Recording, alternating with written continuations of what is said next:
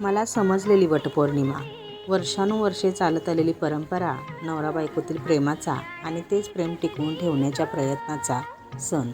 स्त्रीतले अर्धांग, तिला मिळालेलं वरदान, पती पत्नी अशा गोड मिलनाचा, सौभाग्यासाठी अतूट मर्मबंधनाचा, सोज्वळ सात्विक अस्मितेचा सण वटपौर्णिमा. सावित्रीने सत्यवानाचे प्राण वाचवले, यमाला झुकविले. आता ते शक्य होईल असे वाटत नाही, कारण हे सण आता सण म्हणून राहिलेच नाहीत. त्यांचं रूपांतर एका स्पर्धेतच सामील झाले आहेत. त्यात कसल्याही भावना नाहीत, अतुटता नाही. वर्षातून तो सण म्हणून येतो आणि आपणही तो सण म्हणूनच साजरा करतो. पण ते करताना देखील एक वेगळं आत्मिक सुख आपण अनुभवतोच की. सकाळी उठल्यापासून आज वटपौर्णिमा आहे ही गोष्ट अगदी उत्साहाने हेलावून टाकते आपल्याला. मग दिवसभराची आरास, काय काय करायचं काय नाही, पूजा साहित्य कधी आणायचं, कधी जायचं, कोण कोण येणार, धावपळ अगदी अंगात जसं संचारून भारावून टाकतं. का कोण जाणे.